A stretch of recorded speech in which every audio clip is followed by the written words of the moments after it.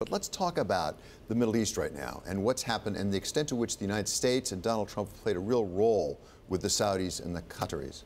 It's an unusual moment in American diplomacy. I can't remember a time over the last 35 years when an American president and an American Secretary of State have been so much at variance publicly as to what they're saying they're trying to do. Rex Tillerson's trying to tamp down this conflict between Qatar and the Saudi faction in the Gulf. And he's trying to build some bridges because the larger issue here is that we need a united Sunni world to be effective in Syria, which is very dynamic right now. There's an assault on Raqqa. The Islamic State is moving.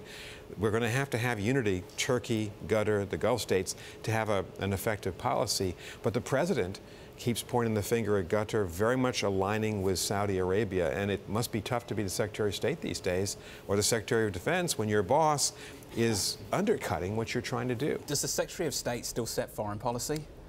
The president sets foreign policy, always has. But, you know, if you think of successful presidents like George H.W. Bush, he had a relationship with James A. Baker. There was no space between them. Even Richard Nixon and Henry Kissinger going back 40 years. You're not seeing that.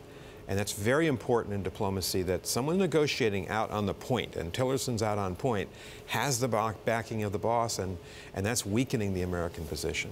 Does Rex Tillerson last? Is it too early to have that conversation? I think it is. I mean, they haven't even staffed the State Department yet, and that's another problem that they have.